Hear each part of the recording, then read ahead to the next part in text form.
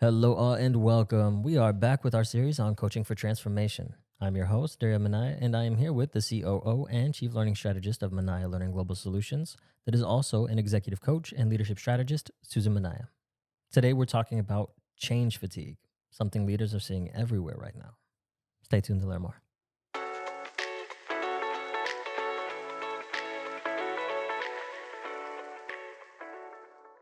Hello, Susan. Welcome back. Hi, Dario. Thanks for having me. All right, so let's dive in. Now, Susan, we're talking about change fatigue. So, in regard to that, you often say your team isn't resistant, they're exhausted. That's true. And that distinction really matters. Mm, Resistance implies an attitude, right? I don't agree. I don't want to yeah. do this. I'm pushing back. Fatigue is really different. Fatigue is really born out of lack of capacity, right? Or Uh, just being loaded with change. And it sounds like I've already adapted to a lot. Like, how many more things can I do? I don't have room to absorb one more thing that we have to change or shift. And I'm not really sure what's stable anymore because we've had so much change. I don't even know what's normal, if there is a normal. So when leaders treat fatigue like resistance all the time, they end up applying pressure. And what they actually need to be doing is stabilize their group, right? yeah. So I want to start this before we have this conversation because I want to pause here just a moment because there are very well established change management models, right? That you know. These focus on adoption, stages, and resistance. And those are really important. What I want to talk about today is something we hear far less about, which is just change exhaustion, right? Mm, And sometimes you hear change fatigue. And this isn't about whether people agree with the change. That's not the conversation I want to have. It's about whether they have the capacity to absorb it. When organizations are in a near constant motion, mhm. even well led change can overwhelm people if the pace and the cumulative impact of change that is happening isn't managed. And that's the leader's responsibility. So let's talk about what it looks like then. So when you're coaching leaders, how does change fatigue actually show up? Well, it usually shows up quietly at first. You'll Mm, start seeing execution slows down. People aren't quite as productive as they used to be. You notice an energy drop in the team. There's not a lot of enthusiasm. They just sort of kind of quietly do their work, right? People yeah. stop asking questions. That's a kind of a scary thing when that happens. Not because they understand everything, but because they don't have the bandwidth to engage. They just I don't even care. There's so much going on. I don't have a minute to talk to you about this. And eventually leaders will start to hear things like, let's just wait this one out, right? Bob's Well, over at the water cooler. you say that, and that phrase comes up a lot, but what does it actually mean? Well, it's usually self protection, not disagreement. It often means look, we've got so much going on. This is probably going to change again because, Mm, 3 weeks ago we had something else new change and then it shifted and it shifted again. And it also means I don't want to fully invest and then have to pivot and reset myself because I know additional changes coming. And the other thing is them just conserving their energy, right? Because yeah. they're I've been very flexible with you all. And so that's why I say it's not really resistance, it's more like adaptive withdrawal. Well, I mean, that puts leaders in a tough spot, right? Because Mm, often the change isn't optional for them either. exactly. And that's important to name. I think that's a really great call out, Dario, because leaders are often just as exhausted as employees are because they're not always the people who have designed the change or didn't set the pace for the change or set the timelines. And in many instances, they're absorbing it at the same time their teams are. But here's where leadership still matters because leaders may not control what is changing, but they can have real influence over how change is being experienced by their team. That's what I mean when I say leaders create that emotional rhythm, right, on the group. And so Hmm. teams take their cues from how leaders interpret, sequence, and stabilize change, not just from the change themselves. And they want to know that the leader's an advocate for them and a voice when they all know that they're getting plummeted, right? So with so many different initiatives that are all going on at the same time. Well, considering all that, let's look at the reset then with Hmm. a little bit of practicality. Sure. So, how do leaders really take the reins when it feels like everything is happening at once? This is where the reset becomes very practical. Okay. So the first step isn't stopping change because you're not going to stop it. But what I'm a huge advocate of is creating visibility into a change because oftentimes leaders will be getting change coming at them, but they don't really have the big picture. So I often encourage leaders to use a simple change heat map.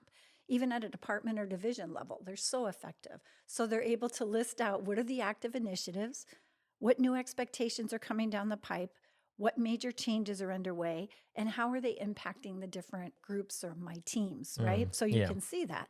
And then they can see that cumulative impact, which is very insightful. So most leaders are surprised when they see how much is hitting people at the same time. And that's the beauty of a change heat map. So it really becomes a leadership lens. Exactly. And it helps leaders really make sense of fatigue. It's like, well, no wonder over here in accounting, these poor people are like drowning and they can't take anymore because we've done system changes, we've done process changes, there's like turnaround time changes or sequence work intentionally. So we may have change, but how can a leader advocate for how the change comes at them? This is where a change heat map can help. They could basically manage up in the organization with a change heat map to say, look at what's going on with these teams and what is hitting them all at once. So let's get reasonable and focus on who really needs support and how maybe we need to rethink how we deploy this stuff. Okay, well, what's the next step from there? The next one really has 3 moves, right? The Okay. first one is to stop the noise. So that means pausing and overlapping messages, constant updates, commentary long enough to clarify what truly matters right now. So you've got team meetings, you have town halls, you have a lot of different ways that you could interact with employees to let them know there's these major things, we see what's going on, but leaders with their direct teams can help them understand what's most important. The second is to stabilize. Leaders need to name what is not changing, right? So what do we have that's constant?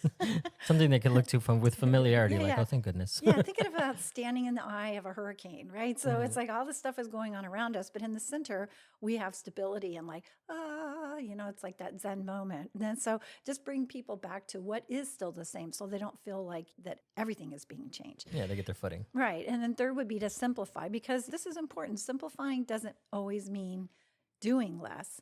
Sometimes it means sequencing what we're doing instead of stacking everything on top of each other. So thinking of it like that, naming the priorities for now. All right, we have these 3 things, but this is the most important thing. So help people understand where they have to place their focus. And then making trade-offs explicit. If you are conflicted with certain things, how do I help you prioritize if I need that? And so tools like a heat map make simplification explainable and defensible at higher levels of the organization. When we're talking about simplification, why does this approach re-energize teams so consistently? Well, first off, I think when leaders create heat maps and they make what's going on visible and tangible to everybody, this isn't something you have to keep a secret. It's a visual tool to help people say, this is why we're feeling this way. Yeah, we're really getting hit. And then you have different conversations with your team and also with executives across the organization, right, who may be driving the changes, so that give them some visual indicators about how they're dumping on everyone in the organization. So, because really when everything feels equally urgent, people brace themselves for that. And being very simplified and the what's coming down reduces cognitive drag, I think, on people. They're able to say, okay, I have these 15 initiatives, and you can't really block them in your brain. The heat map helps clarify that, and it restores a sense of progress. So we have these things coming, but they'll be done by this time. And you can start seeing more visually a pattern, and it signals that leadership is paying attention to the impact, not just the output. So from a team perspective, they're like, wow, thank you so much for that. You're just validating what we're going through. And I also see that you're advocating for us on our behalf so that we can do this effectively. Teams don't just need less work, they need more coherence.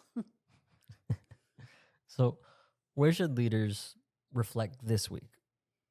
I'd invite leaders to ask, where might my team be fatigued, not resistant? So, there is a difference, and distinctly, but really reflect on that a little bit. And what does our current change load look like when I'm actually mapping it out? I think we're going to be sharing a resource of a change map that they can use this week for that. And what's one thing I could stabilize or sequence to reduce the drag and the cognitive load on people, so that they can still stay energized and be able to feel like they're part of the progress, instead of being stallers of progress.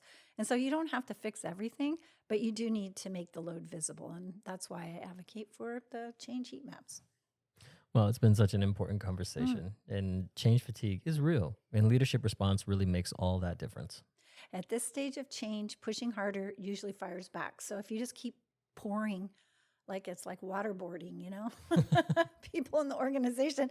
Leadership shifts from driving outcomes to managing capacity. And I think leaders have to look at, it's my job to manage my people's capacity to be effective in their roles, right? And helping people absorb what's already in motion without burning them out in the process. Yeah. Thank you so much for joining us for week 3 of Coaching for Transformation. Susan, thank you again as always. My pleasure. And for support, helping teams navigate sustained change with clarity and resilience, reach Susan Minaya at coaching@minayalearning.com. Until next time.